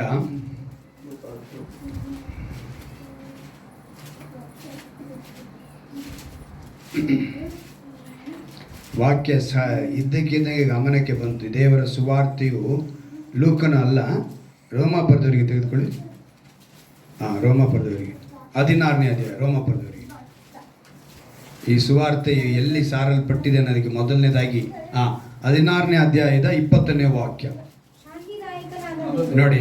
ಶಾಂತಿದಾಯಕನಾದ ದೇವರು ಶೀಘ್ರವಾಗಿ ಸೈತಾನನನ್ನು ನಿಮ್ಮ ಕಾಲುಗಳ ಕೆಳಗೆ ಹಾಕಿ ತುಳಿಸಿ ಬಿಡುವನು. ಇವಾಗ ಎಲ್ಲಿಂದ ಸುವಾರ್ತೆ ಬಂತು ಯೋಚನೆ ಮಾಡಿ. ಈಗ ರೋಮಾ ಪಟ್ಟಣಕ್ಕೆ ಬರೆಯುವಾಗ ಸೈತಾನನ ನಾವೆಲ್ಲಿಗೆ ಹಾಕಿ ತುಳಿಬೇಕು ಅಂತ ಬರೆಯಲ್ಪಟ್ಟಿದೆ? ನಮ್ಮ ಕಾಲ ಕೆಳಗೆ. ಈಗ ಅವ್ವಳಿಗೆ ಹೇಳುವಾಗ ದೇವರು ಏನಂತ ಹೇಳ್ತಿದ್ದಾರೆ? ಈಕೆ ಸಂತಾನವು ನಿನ್ನ ತಲೆಯನ್ನ ಜಜ್ಜುವುದು. ಹಲ್ಲೆಲೂಯಾ.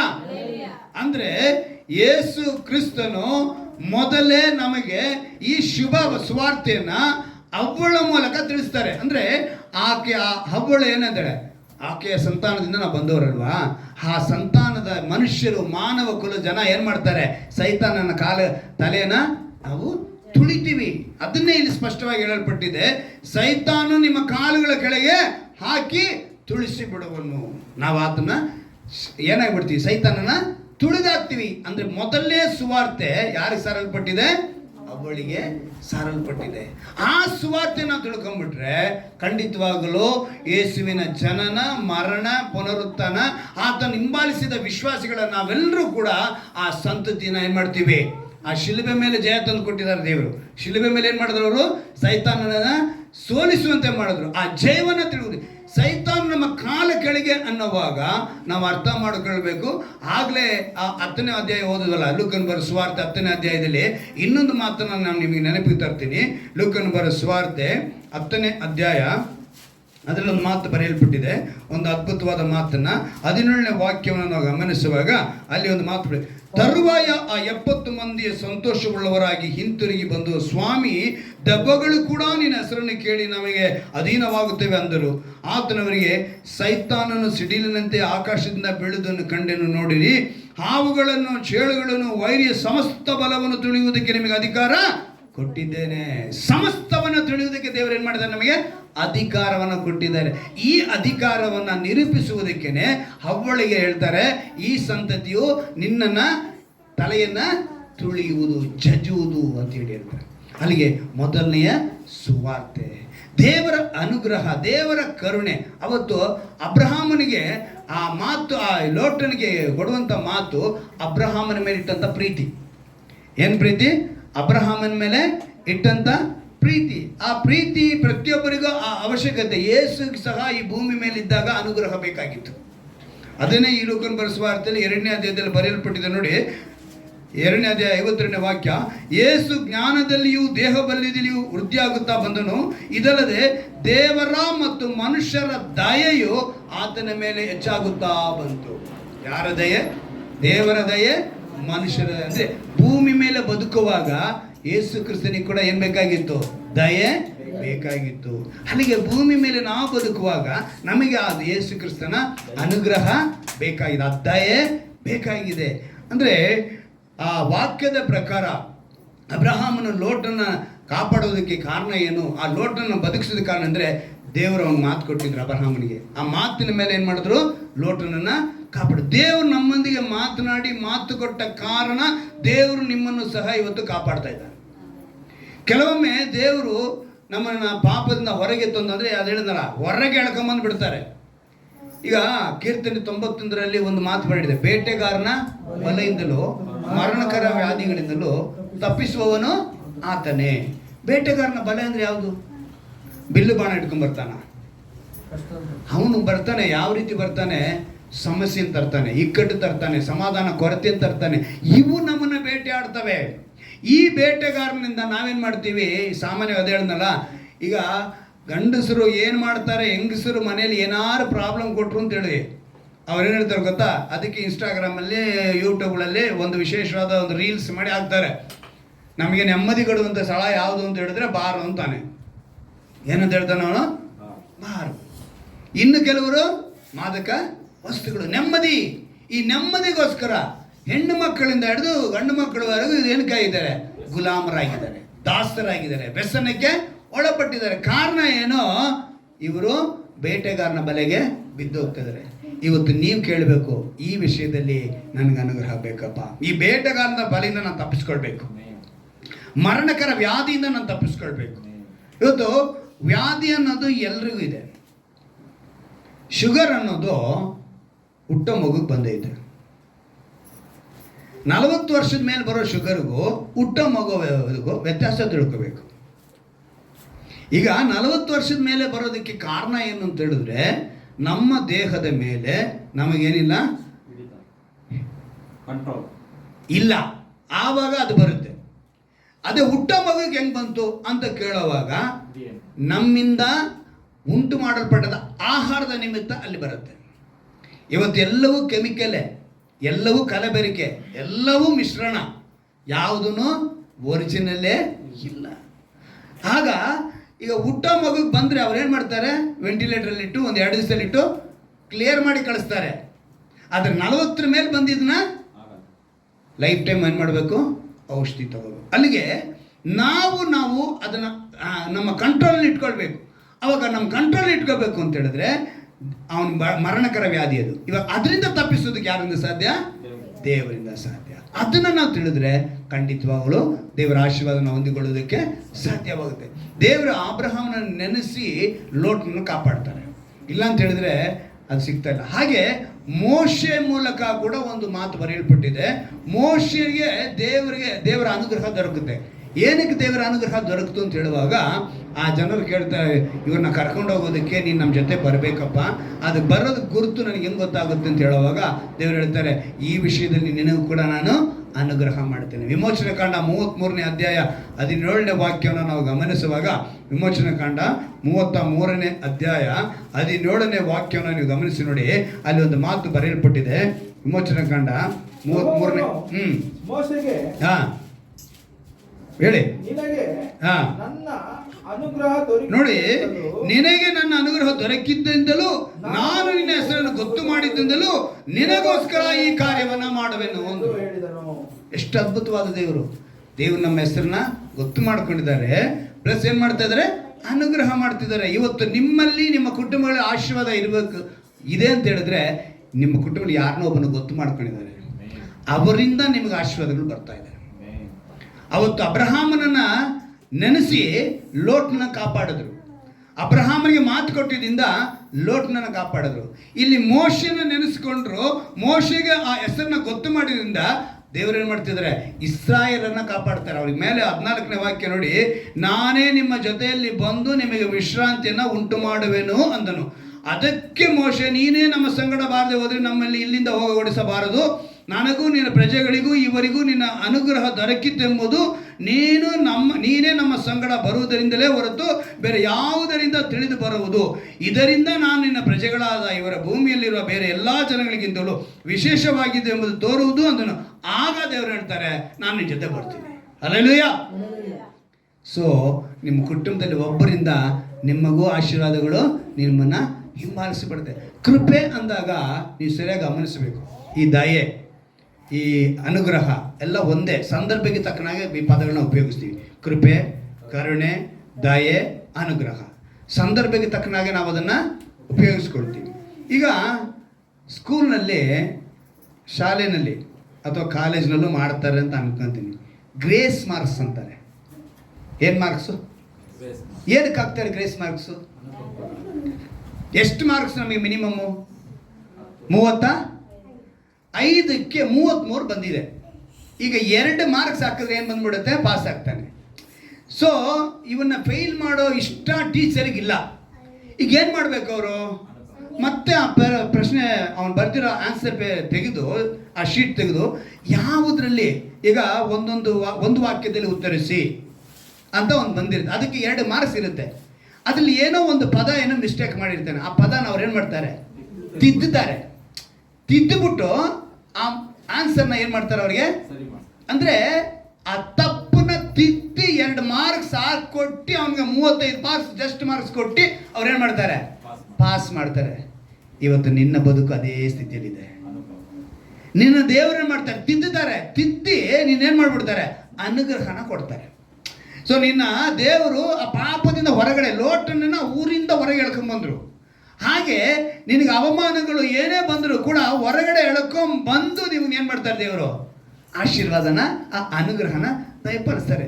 ದೇವರ ಅನುಗ್ರಹಿಸಿದಾಗ ಚೆನ್ನಾಗಿ ಅರ್ಥ ಮಾಡ್ಕೊಳ್ಳಿ. ಬೇಗ ಪಟ 4 ಪದ ಹೇಳ್ಬಿಟ್ಟು ಮುಗಿಸ್ಬಿಡ್ಬೇಕು. ಅರ್ಥ ಆಯ್ತಾ? ನೀವು ಮುಗಿಸ್ತೀರಾ ಬ್ರದರ್, ಇನ್ನೂ ಎಷ್ಟೊತ್ತು ಹೇಳ್ಕೊಂಡು ಹೋಗ್ತೀರೋ ಅಂತ ಇದ್ದೀರಾ? ದೇವರ ಅನುಗ್ರಹಿಸಿದ ಆದಾಯದ ಮೇರೆಗೆ ಕಾಣಿಕೆ ಕೊಡಬೇಕು. ದೇವರು ಅನುಗ್ರಹಿಸಿದ ಅನುಗ್ರಹನ ಪದಕ್ಕೆ ನಾನು ನಿಮ್ಗೆ ಹೇಳ್ತಾ ಇದ್ದೀನಿ. ಒಂದು 5 ವಿಧವಾದ ಅನುಗ್ರಹ ಇದೆ. ಆ ಅನುಗ್ರಹ ನೀವು ಹೊಂದ್ಕೊಳ್ಬೇಕು. ಧರ್ಮೋಪದೇಶ ಕಾಂಡ 16ನೇ ಅಧ್ಯಾಯ, ಧರ್ಮೋಪದೇಶ ಕಾಂಡ 16ನೇ ಅಧ್ಯಾಯ ಒಂದು ಅದ್ಭುತವಾದ ಮಾತಲ್ಲಿ ಬರೆಯಲ್ಪಟ್ಟಿದೆ. 16ನೇ ಅಧ್ಯಾಯದಲ್ಲಿ 16ನೇ ವಾಕ್ಯವನ್ನು ಗಮನಿಸುವಾಗ ಇಲ್ಲಿ ಒಂದು ಮಾತು ಬರೆಯಲ್ಪಟ್ಟಿದೆ. ಹುಳಿಯಿಲ್ಲದ ರೊಟ್ಟಿಗಳ ಜಾತ್ರೆಯಲ್ಲಿಯೂ, ಪಂಚಾಶತಮ ದಿನದ ಜಾತ್ರೆಯಲ್ಲಿಯೂ, ಪರ್ಣಶಾಲೆಗಳ ಜಾತ್ರೆಯಲ್ಲಿಯೂ, ಅಂತೂ ವರ್ಷಕ್ಕೆ 3 ಆವರ್ತಿ ನಿಮ್ಮಲ್ಲಿರುವ ಗಂಡಸರೆಲ್ಲರೂ ನಿಮ್ಮ ದೇವರಾದ ಯೆಹೋವನ ಸನ್ನಿಧಿಯಲ್ಲಿ ಆತನು ಆದುಕೊಳ್ಳುವ ಸ್ಥಳದಲ್ಲಿ ಕಾಣಿಸಿಕೊಳ್ಳಬೇಕು. ಒಂದು ಸ್ಥಳನ ಇದು ಮಾಡ್ತಾರೆ. ಅದೇ ಇವತ್ತು ಊರ ಹಬ್ಬ ಅಂತ ಮಾಡ್ಕೊತಾರೆ ನೋಡಿ. 18 ಊರು 17 ಊರು ಇದೆಲ್ಲ ಎಲ್ಲಿಂದ ಬಂತು? ಜಾತ್ರೆಗಳೆಲ್ಲ ಇಲ್ಲಿಂದಾನೇ ಬಂದಿದ್ದು. ಇವರೆಲ್ಲ ಏನು ಮಾಡಿದ್ರು? ಒಂದು ಕಡೆ ಕೂಡ್ತಾ ಇದ್ರು. ಆತನು ಆದುಕೊಳ್ಳುವ ಸ್ಥಳದಲ್ಲಿ ಕಾಣಿಸಿಕೊಳ್ಳಬೇಕು. ಒಬ್ಬರು ಕೈಯಲ್ಲಿ ಕಾಣಿಕೆ ಇಲ್ಲದೆ ಆತನ ಸನ್ನಿಧಿಗೆ ಬರಕೂಡದು. ಏನಂತ ಹೇಳ್ತಿದ್ದಾರೆ? ಯಾರು ಕಾಣಿಕೆ ಇಲ್ಲದೆ ದೇವರ ಸನ್ನಿಧಿಗೆ ಬರಕೂಡದು. ಪ್ರತಿಯೊಬ್ಬನು ತನಗೆ ಯೆಹೋವನು, ಇಲ್ಲಿ ಪದ ಇದೆ ನೋಡಿ, ಪ್ರತಿಯೊಬ್ಬನು ತನಗೆ ಯೆಹೋವನು ಅನುಗ್ರಹಿಸಿದ ಆದಾಯ. ಅಂದ್ರೆ ನಿಮಗೊಂದು ಆದಾಯನ ದೇವರು ಅನುಗ್ರಹಿಸಿದ್ದಾರೆ. ಆ ಆದಾಯದ ಮೇರೆಗೆ ನೀವೇನು ಮಾಡಬೇಕು? ದೇವರಿಗೆ ಕಾಣಿಕೆ ಕೊಡಬೇಕು. ಇಲ್ಲಿ 500 ರೂಪಾಯಿ ಮಾಡಲಿ, 50,000 ಮಾಡಲಿ, 10 ಮಾಡಲಿ, 20 ಮಾಡಲಿ, ನಿಮ್ಮ ಆದಾಯಕ್ಕೆ ತಕ್ಕನಾಗೆ ಇಲ್ಲಿ ಕೊಡಬೇಕು ಅಂತ ಹೇಳಿ. ಇದು ಹಳೆ ಒಡಂಬಡಿಕೆ ಬದಲು ಹೊಸ ಒಡಂಬಡಿಕೆ ಇದು ಅನ್ವಯಿಸಿದಿಲ್ಲ ಅಂತ ಹೇಳಂಗಿಲ್ಲ. ಹೊಸ ಒಡಂಬಡಿಕೆಯಲ್ಲಿ ದೇವರು ಏನು ಹೇಳಿದ್ದಾರೆ ಅಂತ ಹೇಳಿದ್ರೆ 2 ಕೊರಿಂಥದವರಿಗೆ ಅದರಲ್ಲಿ ದೇವರು ಯಾವ ರೀತಿ ಹೇಳಿದ್ದಾರೆ ಅಂತೇಳಿ ನಾನು ತಿಳಿಸ್ತೀನಿ. ಗಮನ ಇಟ್ಟು ಕೇಳಬೇಕು. 2 ಕೊರಿಂಥದವರಿಗೆ 9ನೇ ಅಧ್ಯಾಯ ತೆಗೆದುಕೊಳ್ಳಿ. ಅಲ್ಲಿ ಒಂದು ಮಾತನ್ನು ದೇವರು ಬರೆಸ್ತಾರೆ ಅದ್ಭುತವಾಗಿ. 6ನೇ ವಾಕ್ಯದಿಂದ ನಾನು ಓದ್ತೀನಿ, ಗಮನ ಇಟ್ಟು ಕೇಳಿ. ಆದರೆ ಸ್ವಲ್ಪವಾಗಿ ಬಿತ್ತುವವನು ಪೈರನ್ನು ಸ್ವಲ್ಪವಾಗಿ ಕೊಯ್ಯುವನು. 1 kg ಬಿತ್ತುಬಿಟ್ಟು 10 kg ಬೇಕು ಅಂತ ಕೇಳಂಗಿಲ್ಲ. ಏನಂತ? 1 kg ಬಿತ್ತಿದ್ದೀರಾ, ಅದಕ್ಕೆ ಸಮವಾಗಿ ಏನು ಕೊಡಬೇಕು ಅದನ್ನು ಕೊಡ್ತಾರೆ. ನೀನು 1 kg ಬಿತ್ತುಬಿಟ್ಟು 10 kg ಬೇಕು ಅಂತ ಕೇಳೋಂಗಿಲ್ಲ. ಅಂದರೆ 1 ರೂಪಾಯಿ ಕೊಟ್ಬಿಟ್ಟು 10,000 ಕೇಳೋ ಹಾಗಿಲ್ಲ. ದೇವರು ಹೇಳ್ತಾರೆ, ಹೆಚ್ಚಾಗಿ ಬಿತ್ತುವವನು ಹೆಚ್ಚಾಗಿ ಕೊಯ್ಯುವನು ಎಂದು ತಿಳಿದುಕೊಳ್ಳಿರಿ. ಪ್ರತಿಯೊಬ್ಬನು ನೋಡಿ, ಇಲ್ಲಿ ಗಮನಿಸಬೇಕು. ಅಲ್ಲಿ ಪ್ರತಿಯೊಬ್ಬನು ದೇವರು ಕೊಟ್ಟ ಆದಾಯದ ಮೇರೆಗೆ ತನ್ನ ಶಕ್ತಿಗನುಸಾರವಾಗಿ ನೀವು ಕೊಡಬೇಕು ಅಂತ ಹೇಳಿದ್ರು ಹಳೆ ಒಡಂಬಡಿಕೆಯಲ್ಲಿ. ಇಲ್ಲಿ ಕೂಡ ಅದೇ ಮಾತನ್ನು ರಿಪೀಟ್ ಮಾಡ್ತಾರೆ. ಏನಂತ ಹೇಳ್ತಾರೆ? ಪ್ರತಿಯೊಬ್ಬನು ತನ್ನ ಹೃದಯದಲ್ಲಿ ನಿರ್ಣಯಿಸಿಕೊಂಡ ಪ್ರಕಾರ ಕೊಡಲಿ. ನಿನ್ನ ದುಃಖದಿಂದನೂ ಕೊಡೋದು ಬೇಡ, ಬಲಾತ್ಕಾರದಿಂದನೂ ಕೊಡೋದು ಬೇಡ. ಯಾಕೆಂದ್ರೆ ಸಂತೋಷವಾಗಿ ಕೊಡುವವನ ಮೇಲೆ ದೇವರಿಗೆ ಪ್ರೀತಿ ಉಂಟು. ಹಲ್ಲೆಲೂಯಾ.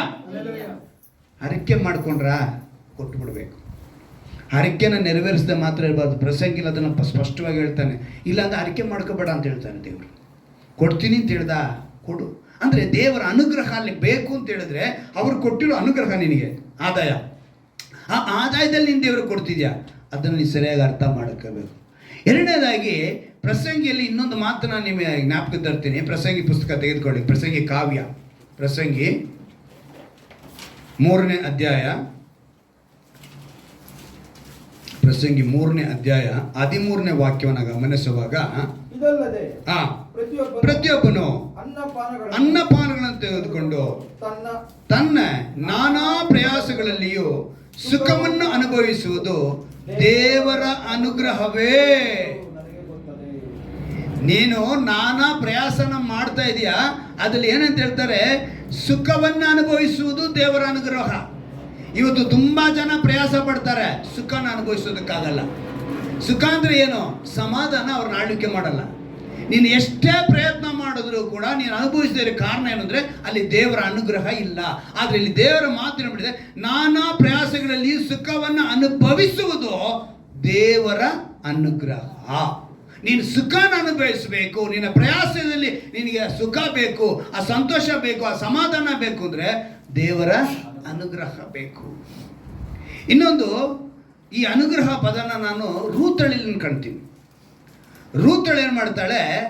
ಬೋವಜನ ಮೂಲಕ ಮಗನನ್ನ ಪಡೆದು ಅನುಗ್ರಹ ಹೊಂದಿದ್ದಳು ಅಂತೇಳಿ ರೂತಳ ಪುಸ್ತಕದಲ್ಲಿ 4ನೇ ಅಧ್ಯಾಯದಲ್ಲಿ 13ನೇ ವಾಕ್ಯದಲ್ಲಿ ಬರೆಯಲ್ಪಟ್ಟಿದೆ. ಅಲ್ಲಿ ರೂತಳು ಯಾರು? ನವೋಮಿ ಅಂತ ಒಬ್ಬ ಆಕೆ ಇದ್ಲು. ಆಕೆಗೆ ಪತಿ ತೀರ್ಕೊಳ್ತಾರೆ, ಇಬ್ಬರು ಗಂಡು ಮಕ್ಕಳು ತೀರ್ಕೊಳ್ತಾರೆ. ಆಕೆಯ ಸೊಸೆಯರು ಇಬ್ಬರು ಸೊಸೆಯರಲ್ಲಿ ಒಬ್ಬಳ ಹೆಸರು ಓರ್ಫಾ, ಇನ್ನೊಬ್ಬಳ ಹೆಸರು ರೂತಳು. ಓರ್ಫಾ ತನ್ನ ತವರು ಮನೆಗೆ ಹೊಟ್ಟೋಗ್ತಾಳೆ, ಆದರೆ ರೂತಳು ತವರು ಮನೆಗೆ ಹೋಗಲ್ಲ, ತನ್ನ ಅತ್ತೆ ಜೊತೆನೇ ಇರಬೇಕು ಅಂತಾಳೆ. ಅವಾಗ ಅತ್ತೆ ಹೇಳ್ತಾರೆ, ನಮ್ಮ ಸಂಬಂಧಿಕನಾದ ಒಬ್ಬ ಬಂಧುವಾದ ಒಬ್ಬನಿದ್ದಾನೆ ಬೋವಜನು, ನೀನು ಅಲ್ಲಿಗೆ ಹೋಗು ಅಂತ ಹೇಳ್ತಾರೆ.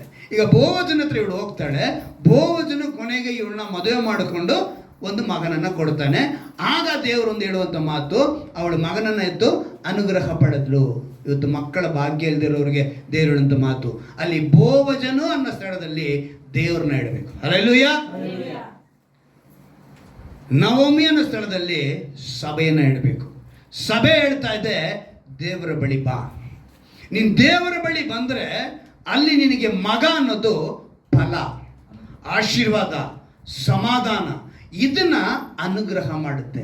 ರೂತಳು ಬೋವಜನ ಹತ್ರ ಹೋಗಿದ್ದಕ್ಕೇನೆ ತನ್ನ ಯೌವನ ಪ್ರಾಯದಲ್ಲಿ ಗಂಡನ ಕಳೆದುಕೊಂಡಿದ್ರು ಕೂಡ ಅವಳು ದಾರಿ ತಪ್ಪಲಿಲ್ಲ. ಅವಳು ನೆನೆಸಿದ್ರೆ ಹೆಂಗ್ ಬೇಕಾದ್ರೆ ಬದುಕಬೇಕಾಗಿತ್ತು, ಅತ್ತನ್ನು ಬಿಟ್ಟು ಹೋಗಿ ಬದುಕಬಹುದಾಗಿತ್ತು, ಆದರೆ ಅವಳು ಬದುಕಲಿಲ್ಲ. ಇವತ್ತು ನಿನಗೆ ದೇವರ ಎಚ್ಚರಿಕೆ ಮಾಡಿ ಹೇಳ್ತಾರೆ, ನಿನ್ನ ಪ್ರಾಯವನ್ನ, ನಿನ್ನ ಬದುಕನ್ನ ನಿನ್ನ ಇಷ್ಟ ಬಂದಂಗೆ ಬದುಕದೆ ದೇವರ ಬಳಿ ಬಂದು ನೋಡು. ದೇವರೇನು ಮಾಡ್ತಾರೆ?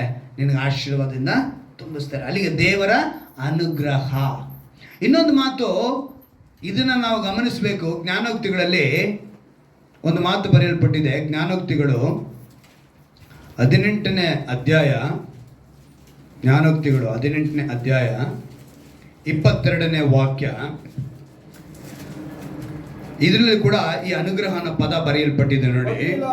ಪತ್ನಿ ಲಾಭವು ರತ್ನ ಲಾಭ, ಅದು ಯೆಹೋವನ ಅನುಗ್ರಹ. ಪತ್ನಿ, ಹೆಂಡತಿ ಸಿಗಬೇಕು ಅಂದರೆ ನಿನಗೇನು ಬೇಕು? ಅನುಗ್ರಹ ಬೇಕು. ಈ ಅನುಗ್ರಹ ಬೇಕು ಅಂತ ಹೇಳಿದ್ರೆ, ಆ ಪತ್ನಿ ಲಾಭ ಬೇಕು ಅಂದರೆ ಅದು ರತ್ನ ಲಾಭ ಅಂತೆ. ರತ್ನ ನಮಗೆ ಸಾಮಾನ್ಯ ಸಿಕ್ಕಿಬಿಡುತ್ತಾ? ಎಷ್ಟು ಕಷ್ಟಪಡಬೇಕು. ರತ್ನ ಅಂದಿದ ತಕ್ಷಣ ಗಗನ ಅವ್ರ ಅಮ್ಮನ್ನ ನೆನೆಸ್ಬೇಡಿ. ಆ ರತ್ನ ಅಲ್ಲ, ಬೇರೆ ರತ್ನ, ಡೈಮಂಡ್ ಅಲ್ವಾ? ನಾವು ತಿಳ್ಕೋಬೇಕು, ರತ್ನ ಲಾಭ ಅದು ಅಂದರೆ ಯೆಹೋವನ ಅನುಗ್ರಹ. ಅದೇ 19ನೇ ಅಧ್ಯಾಯದಲ್ಲಿ 14ನೇ ವಾಕ್ಯ ನೋಡಿ.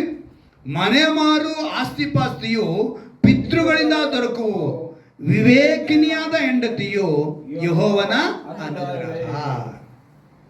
ಸೊ ಬುದ್ಧಿವಂತಳಾದ ಹೆಂಡತಿ ನಿನಗೆ ಬೇಕು ಅಂದರೆ ಅನುಗ್ರಹ.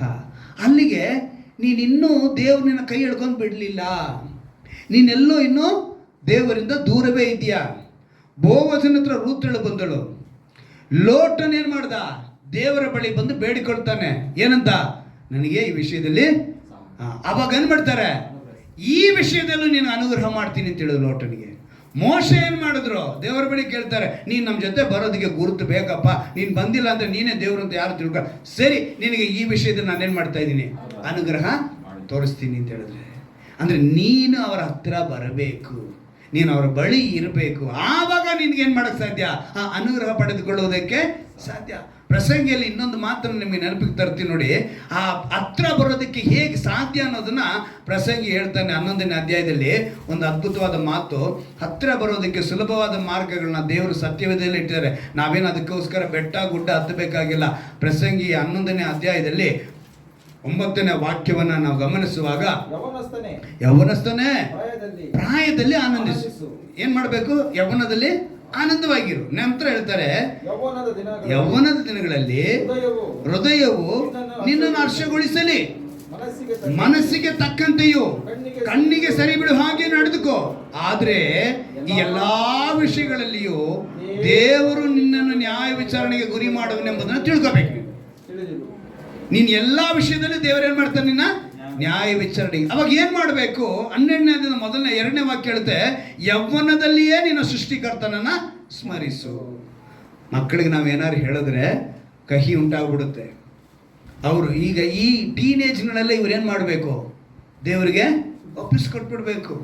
ನಾವೆಲ್ಲ ಟೀನೇಜಲ್ಲಿ ದೇವ್ರಿಗೆ ಒಪ್ಪಿಸ್ಕೊಡ್ಲಿಲ್ಲ, ತುಂಬ ಹಾಳಾದ್ಮೇಲೆ ದೇವ್ರಿಗೆ ಬಂದ್ವಿ. ಆದರೆ ಈಗ ಮುಂದೆ ಕುಳಿತಿರೋಂಥ ಈ ಮಕ್ಕಳಿಗೆ ಹೇಳ್ತೀನಿ, ನಿಮ್ಮ ಟೀನೇಜ್ನ ಏನು ಮಾಡಿಬಿಡ್ಬೇಕು? ದೇವ್ರು ಕೊಟ್ಬಿಡಿ. ನಿಮ್ಮನ್ನು ದೇವರು ಎಷ್ಟು ಅದ್ಭುತವಾಗಿ ನಡೆಸ್ಕೊಂಡು ಹೋಗ್ತಾರೆ ಅಂತ ಹೇಳಿದ್ರೆ, ಈ ಲೋಕವೆಲ್ಲ ತಿರುಗಿ ನಿಮ್ಮನ್ನು ನೋಡಬೇಕು. ಹಲ್ಲೆಲೂಯ! ನಿಮ್ಮನ್ನು ಅಷ್ಟರ ಮಟ್ಟಿಗೆ ದೇವರು ಆಶೀರ್ವದಿಸ್ತಾರೆ.